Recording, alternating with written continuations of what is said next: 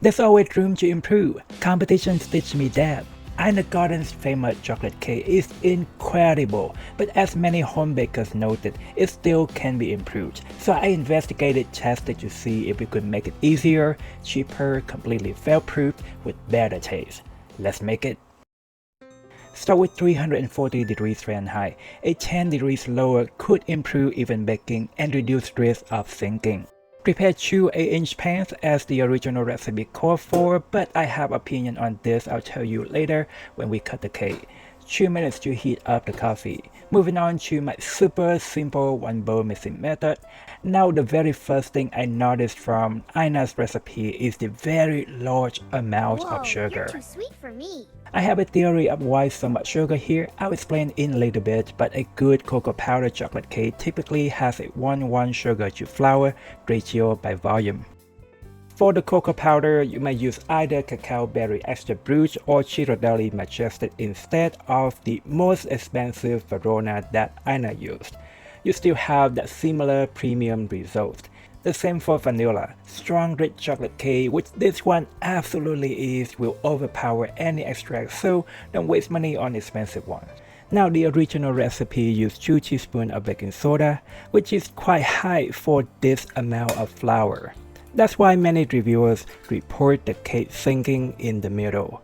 That much baking soda will weaken the cake structure significantly. Vigorously rising of gases result to the collapsing before the cake can set. This is especially important when baking on higher altitude. So instead, I used 1½ teaspoon baking powder and with just 1¼ teaspoon baking soda. You still get the same lift, but the cake structure is much more stable and fail-proof. Plus, we will not get that bitter, metallic, soapy taste from excess baking soda. I also adjust the salt down to 3/4 teaspoon, and that made the cake taste much better in my testing overall. Perhaps that's why large amount of sugar was used, try to overpower all the off-taste, but I think the better solution is to not having the excess in the first place. Less is more in my humble opinion. Coffee enhances chocolate flavor while hot liquid helps bloom the cocoa powder, which also intensifies the flavor. The total mixing time once flour added in is roughly 30 to 45 seconds on low speed. That limits gluten development, ensuring good tenderness for our cake, so don't overmix. We have a fairly thin batter, that's exactly what we want.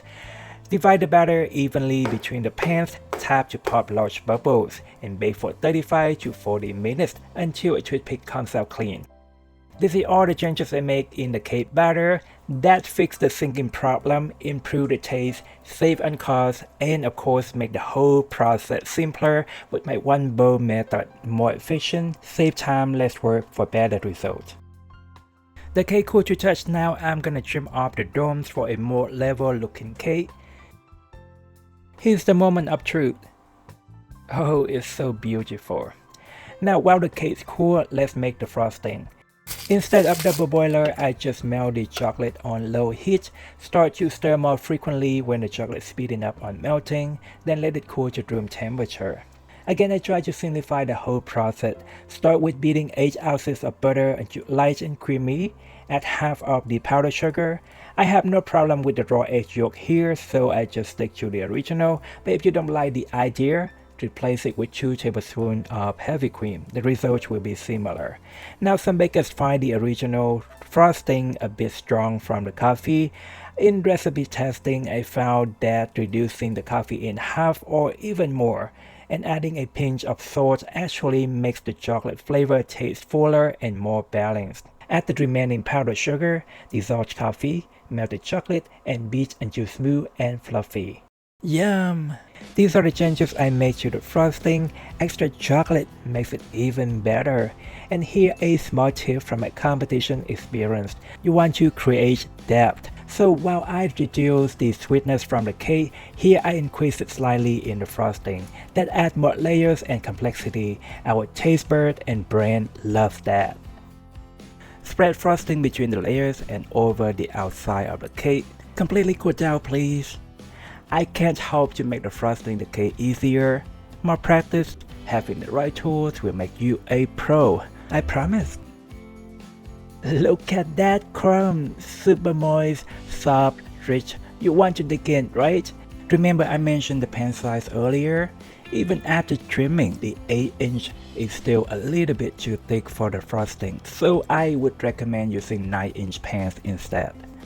Oh my god, this is so good! You got to try it. Definitely one of the best in the world. The cake is now simpler to make, cheaper, more reliable, and with better balance in flavors. I'd rate this upgraded version a 9.5 out of 10. I tweak it to best suit your personal taste and it will be a 10. Finally, if you enjoy upgraded classic or award-winning recipes, subscribe for more. I'll see you next time. Bye bye.